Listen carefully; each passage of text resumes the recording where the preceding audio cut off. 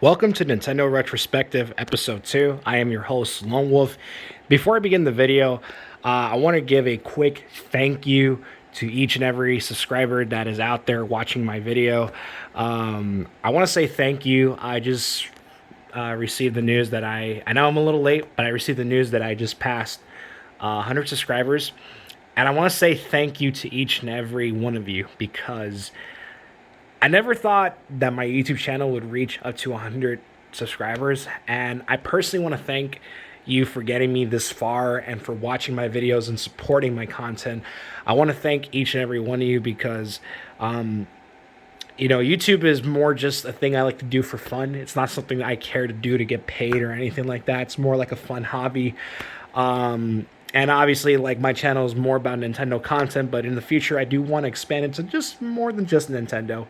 But again, I thank you for watching my videos and supporting my content, and there will be more to come. So let's get to this video. So episode 2 is on our good old friend, the GameCube. Now, the GameCube is such a interesting console because, in my opinion, the GameCube is, personally for me, it's my favorite underrated console in gaming history. When I think of underrated consoles in gaming, I think the first three ones I think of are the GameCube, the Nintendo Wii U, and the Sega Dreamcast. And the GameCube is no exception because the GameCube had a lot of great library of quality titles. And I want to talk about its history for a bit. And I'm going to talk about my retrospective and a couple of games that I have here to showcase. I didn't bring out my entire library because I didn't have time for that. I just only brought in a couple of games I recommend, or I'll talk about other games that I recommend too for the system that I have or don't currently have. But yeah, so the GameCube. So the GameCube, the concept of the GameCube dates back to 1997 when a company called Ardex was founded by former members of SGI, or Silicon Graphics. They were the guys that actually helped develop the processor for the Nintendo 64. They're the reason why the N64 became, in the graphics side of things, revolutionary. And they basically were forming a new company called Artix, and they reached out to Nintendo about a deal about making a new processor for a next gen system. And the team was actually led by a man named Wei Yen. Wei Yen is a man who's responsible for co-founding a company called IQ. If you've heard of a system called the IQ Player, which is like a plug-and-play Nintendo 64, he's responsible for like distributing Nintendo products in China. Well, anyway, the team was led by Wei Yan, and Nintendo oversaw the development of the team. Nintendo's plan was to make a 128 bit system. It basically they made this 128-bit processor called Flipper. And the idea was that it would run games more smooth and would play games better than what the N64 had to offer. And at that time, Nintendo was only interested in making just a convenient video game console. They didn't really have ideas to make, make anything for this console. They didn't have any add-ons at the time planned. They didn't have any network online network features planned or anything like that. Eventually they would eventually have like a modem to play online games, but I think it was only used for two games. The one game I can think of the most is Phantasy Star Online Episode 2, I think, is the one of the ones that used it. And I think Mario Kart Double Dash used it too, but from what I remember, I remembered it wasn't that good, but yeah. So the GameCube gets introduced in Space World 2000, and reaction to it was pretty well from what I remember watching the press event, because I do remember fans being really surprised and really excited for a new Nintendo system. Only problem was there wasn't a lot of people that were catching the attention of the GameCube, because This was during a time when the sixth generation of consoles, you were having new consoles that were coming out that seemed more revolutionary than the GameCube. For example, the PlayStation 2. The PlayStation 2 was drawing a lot of attention at the time because the PlayStation 2 was going to become the very first video game console that didn't just seem like a video game console. It was going to be the first multimedia console, whereas you can play games and, of course, play DVDs. And that was a big issue because that that was just like that was one of the biggest selling draws to the PS2 because it wasn't just a console that lets you play games. It lets you play DVDs at the same time, which is really cool. Microsoft was getting into the industry with a system called the Xbox, which many of you, of course, know. And the thing that made the Xbox so revolutionary is, yeah, it also had DVD support, but it had a thing which would revolutionize online gaming forever and on home consoles, and that was Xbox Live. And Xbox Live was really, really revolutionary and just a hit on the park right there. So the GameCube didn't really feel like a console that was excited for most gamers. Most gamers were excited for it, but there are some gamers that just were more excited for like the PS2 and the Xbox, especially the PS2 with its features. And one thing the PS2 had that, in my opinion, yeah, you could say that overshadowed both the Xbox and GameCube with one feature was that it lets you play PS1 games on your PS2. So you have the option to play PS1, PS2 games, and watch DVDs in one system. And that was the biggest selling point of the PlayStation 2. The GameCube, however, lacked in features, and when you look at the GameCube, you can tell that this system really didn't have a lot to offer at first. And that was the biggest problem with it, because as you can tell, it's just a standard video game console. It's not really a console that looks hip and revolutionary. When you look at the GameCube, the design of it, and personally for me, I've always loved the aesthetic and the design of the GameCube. Obviously, it is a cube. Well, hence the name GameCube. And I've always loved the handle from the back because I always loved the idea of carrying it on the go. Cool fact. The GameCube originally was Nintendo's first attempt on making a first true hybrid console. They actually wanted to make a console where you can play home console TVs on the go and on your TV at the same time. But at the time, the technology was way ahead, and they didn't really they couldn't do that. But that's what they wanted to do with the GameCube originally, which I thought was pretty cool. But when I think of the GameCube, one of the things I think about was the marketing too back in the day, when it comes to the history of the system, because I feel like Nintendo didn't really know what the hell the GameCube was. They knew that it was their next system, but they didn't know the meaning of it. They just didn't know how to.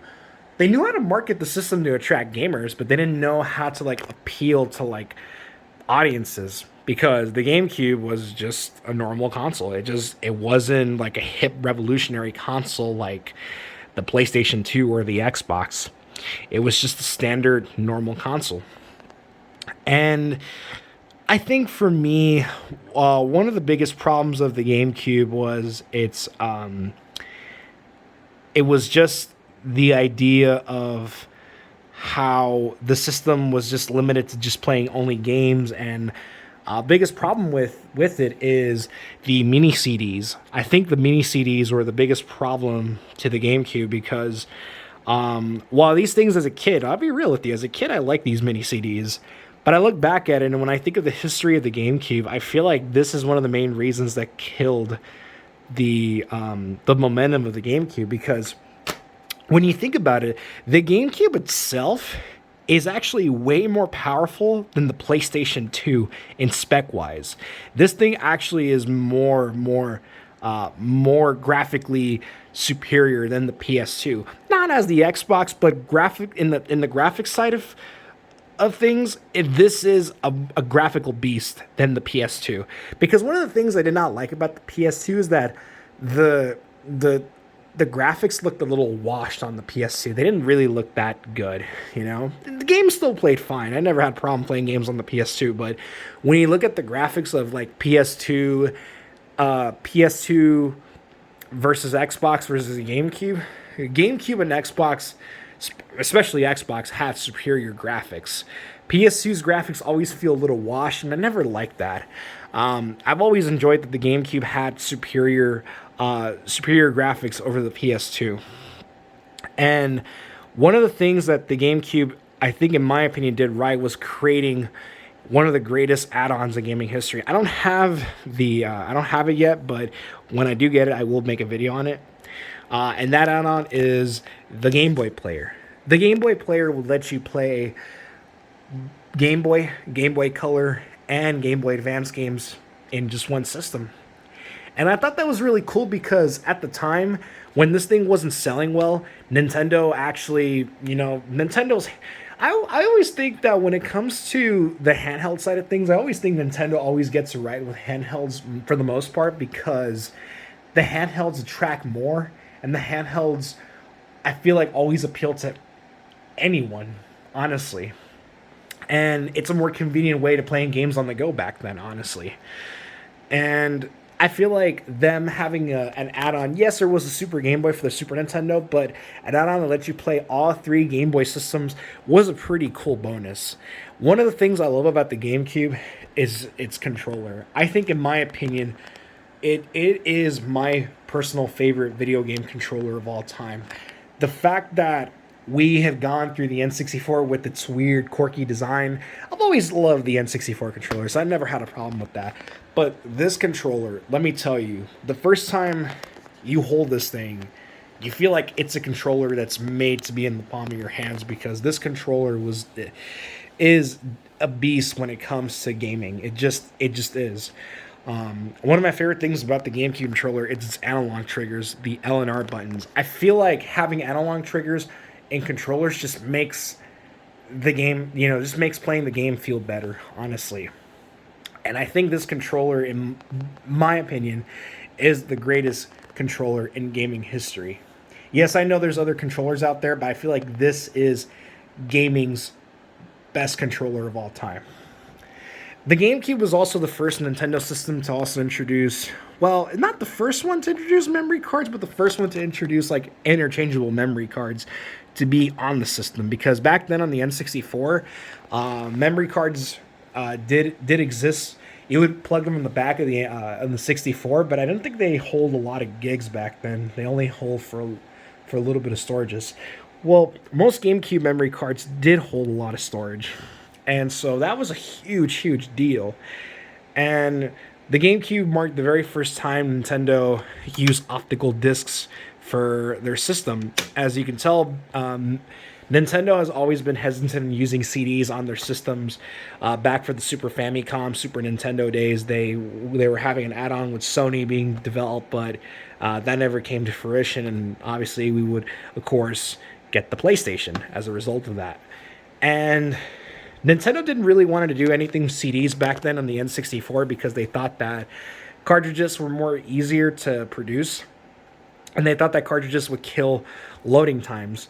And that was I mean, don't get me wrong, I love the N64, but I think that's still to this day one of their dumbest mistakes they ever did. For a business side of things, I can agree, and Nintendo sticking with cartridges for the N64 was definitely a huge mistake in their part. Another mistake could also be them sticking with these mini CDs, because, like I said, it still pissed off third-party developers not adding a lot of storage to their games. And sometimes there'd be games where you'd have to have 2 discs so you can play, them individually. Like, it was kind of weird. But I feel like this system was Nintendo at its best, and let me tell you why. Nintendo, I feel like, during the N64 era, I feel like they still tried enough to cater to an audience, but I feel like they were, because they stick with cartridges, they really lost a lot of people's attention to make quality games. Yeah, you have phenomenal games like Mario 64 and Legend of Zelda Ocarina of Time and Banjo Kazooie, but a lot of people wanted more better experiences, and that's why people chose to go with the PlayStation back then, because the PlayStation had a lot of category of games you can choose from. And I feel like most people, I think, from what I remember, would always say that they'd only have the N64 to stick with the platformers, whereas with PlayStation, they'd get, like, you know, everything else. But I think, I mean, and I still think the N64 is still a better console, but hey, you be the judge of that, um, which is better because, it's just my opinion. But the GameCube itself, I feel like this was Nintendo doing their best to get their audience back, because they knew that they'd been losing audience since the N64, and they try to get their audience back, because they really were catering to both casual and hardcore gamers at the time. And you could tell with the GameCube, they really, really were trying. When I think of games that they were trying to like have there, I remember games like Resident Evil. They would have Resident Evil exclusive on the GameCube for like quite a while. Hell, even Resident Evil 4, when it first came out, was a GameCube exclusive. I even think of, like third-party games like Prince of Persia that would be on the GameCube. I'd even think of one game that I'm going to show off right now that even showed you that Nintendo was trying to cater to hardcore audiences. Even they would make games like Eternal Darkness where they try to cater to a mature audience. And I really feel like Nintendo really, really tried their best to cater to just gamers in general, because the whole idea of this console was just to cater to gamers. And I feel like Nintendo tried their damn hardest with this system. And it's such a shame because, and I'll be real, like I'll talk about my retrospective on the GameCube. I just feel like most of us gamers back then just didn't really embrace the GameCube. We just didn't give it that much love. Like most people who own it, they're probably like, yeah, they may have owned it and they may have had a couple of games there, but I feel like there's people who even say like, yeah, I didn't embrace the GameCube like when it first came out.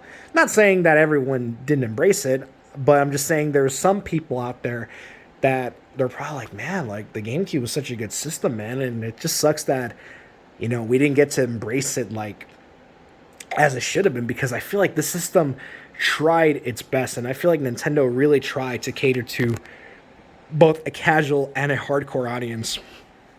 And it really sucks that this system didn't get a lot of love. But now, of course, it does have a cult following, and I'm really happy that the system is getting a lot of attention now and getting a lot of love because, like I said, the GameCube has a lot of great library of games.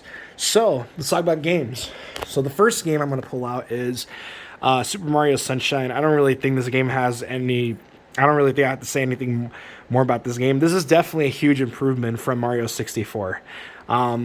I just love the idea of Mario being in a huge island and him exploring, all these islands. And I love the flood mechanic. And in my opinion, I think this game was a huge boundary step of 3D Mario.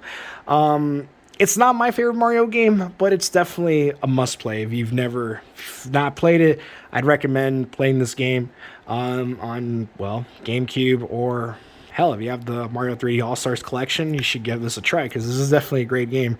A little challenging, but it's pretty good.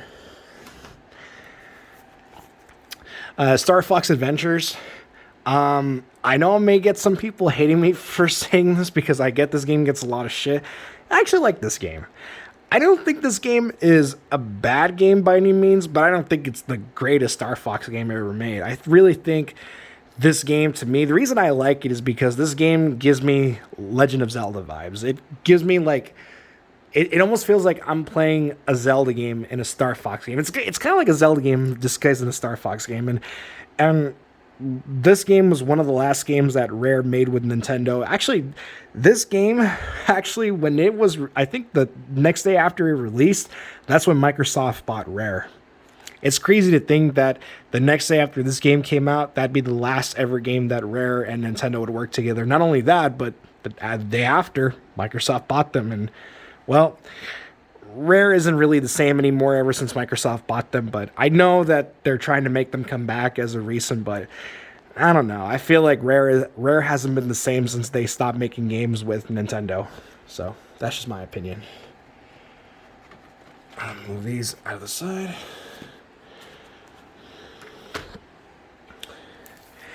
Now, when you're going to start collecting or getting into GameCube games, I think the first game that is going to get recommended is this one, which is no-brainer because this was one of the launch titles for the GameCube. And obviously, even if you're not into fighting games, I feel like every gamer out there needs to obviously either play, or if you want to get into collecting for the system, you have to have a copy of this game because the game itself speaks for itself. I don't have to say much, if you've played a Smash Brothers game, then you played all of them. So, but obviously it's Melee, so it's no exception. This is the one that broke the boundaries and created the insane popular fighting game community of Smash Brothers. When I think of fighting games, I wouldn't say I'm a huge expert on fighting games, but I like fighting games for what they are. But when I think of my two favorite fighting games of all time, I think of Super Smash Bros. Melee or Marvel vs. Capcom 2. I have a tough time saying which one's my favorite because, they're both great. And then with Smash Ultimate, it's kind of just tough to say which one's my favorite. So it's Smash Bros. Melee, Smash Ultimate, or Marvel vs. Capcom 2. I have a tough time choosing which one's my favorite fighting game. But hey, if you're gonna collect GameCube, this has got to be the first game you got to get. Wario World. Now, this is an interesting game because I do remember playing this game back when GameCube kiosks used to be a thing, back then. If you used to go to Walmart, I'm pretty sure you remember this, or maybe you don't.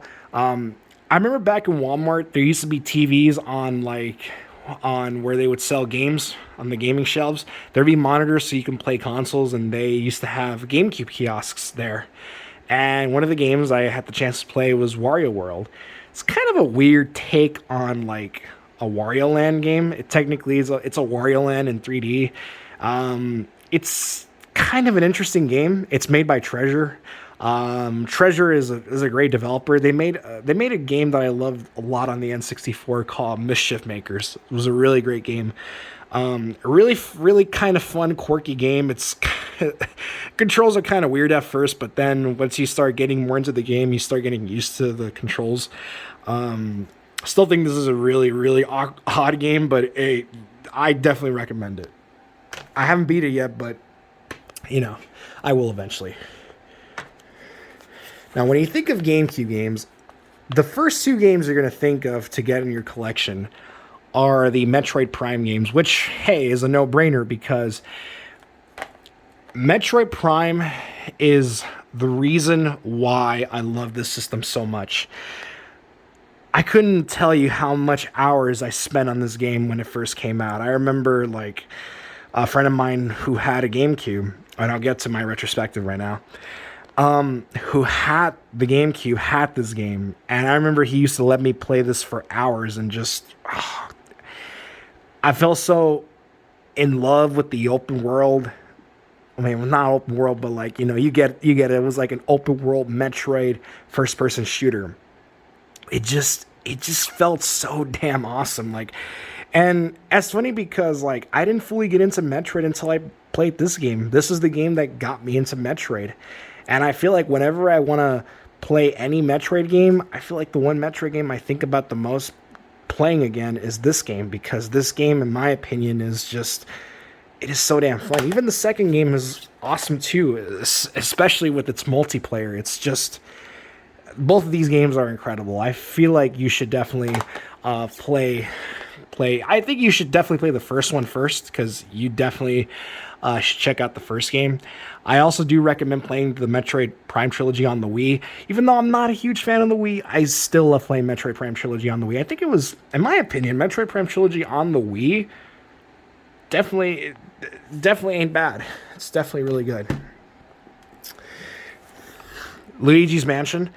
one of the earlier launch titles for the GameCube, and I was really happy to see Luigi finally getting his own game because Luigi is my favorite character in the Mario series, along with Donkey Kong. But I really was happy to see Luigi finally getting his own game, and I remember playing it, when it first came out and being mind blown. It felt like Resident Evil meets Mario. Kind of felt like that. It just it just felt like that. It just was like it was just cool to see Luigi exploring this dark haunted mansion and he's hunting down ghosts to find Mario. It's so damn fun. This is I think from all the three games, I think this one still remains to be my favorite. I love Dark Moon on the 3DS. 3 was alright on the Switch, but I think the first one still is better because of the charm and the nostalgia that I have for this game. I can always pop in this game and have a great time with it, obviously. And one of the things I love to do when I play this game is listen to Avenged Sevenfold. Listening to Avenged Sevenfold and playing Luigi's Mansion is such a great combination, in my opinion. And what's cool is that the people who can speedrun this game. I know that because a friend of mine who came over one time, he actually speedran this game under 2 hours, and I was pretty damn impressed, and I do plan to do that someday. Super Mario Strikers. I don't think this game needs any introduction either from anybody because one of the most underrated Nintendo franchises of all time. One of the most underrated games in general. I really like this game. I think when it comes to the Mario sports games, this has to be my main favorite. Even though I'm not a sports guy, I still think this game is... I mean, no matter which one it is, if it's this one or if it's Strikers Charged on the Wii, any version of Mario Strikers is good. And I'm excited for the one coming to Switch. So definitely this is one of the first games I do recommend getting for your GameCube because this is a no-brainer. You definitely should try out Mario Strikers. Now, when I think of third-party games on the GameCube, there was a pretty good selection of third-party games. But one of my favorites is Metal Gear Solid Twin Snakes. This is an amazing one of the best remakes of any game of all time. This is technically a remake of the original Metal Gear Solid, and it is so damn good. It is just really, really good, and it is. Remember when I said GameCube games basically would require 2 discs if a game that was too big couldn't contain 1 disc? This is one of the games to do it. And by the way, if you're a huge Kojima fan, you can tell Kojima likes to be sneaky with his games because some discs have cracks on them, and my disc too has a crack. That doesn't mean the game's broken or anything. It just means that it's just Kojima being Kojima. I think I've seen some where people have had their disc ones having cracks on them, so Kojima's always sneaky when it comes to his Easter eggs. But awesome game. It was a collaboration between Kojima, Silicon Knights, and Nintendo, where both Kojima and Shigeru Miyamoto overlooked the development of this game. And it sucks this game hasn't gotten a re-release on other consoles because I feel like this would be great for modern systems, in my opinion. But Konami being the bitches they are, well, we won't see that anytime sooner. But yeah, definitely. If you get a GameCube, you should definitely get this game. And yeah, you won't be disappointed. Paper Mario: The Thousand-Year Door. I think for me, this is the quintessential Paper Mario game of all time. I think when I think of Paper Mario, I think this game is up there. I think I'm not, I'll be real with you. I'm not really into Paper Mario that much. Well, not anymore after Super Paper Mario on the Wii, but when the first Paper Mario came out on the N64, it mind blew me of me playing a Mario RPG. And it's funny because, as a kid, I was a kid at the time when I got Paper Mario on the N64, and I thought that was the first Mario RPG, but until I found out that there was a Mario RPG on the Super Nintendo years later when I would get to emulate games. And then, obviously, I preferred Super Mario RPG over Paper Mario, which is understandable. But when I think of Paper Mario, this is the quintessential Paper Mario of all time. This is the one that, even if you never played the original one, I still think you should just play Thousand Year Door. It's it's such a damn good game, man. I love the mechanics. I love the story. Just it's such a damn good game. Really awesome game. If you have never played Paper Mario game, I think the best one to get is definitely Thousand Year Door. Just play that one. I don't think you really need any other Paper Mario but this game. And also play the original one. Really fun too. Now the quintessential Mario Kart. Oh man. It's tough because when every Mario Kart game comes out, I always say, oh, this one's my favorite. Because I feel like every Mario Kart, like I said, dude, there has never been a Mario Kart game that said, oh, this one's like bad or something, you know?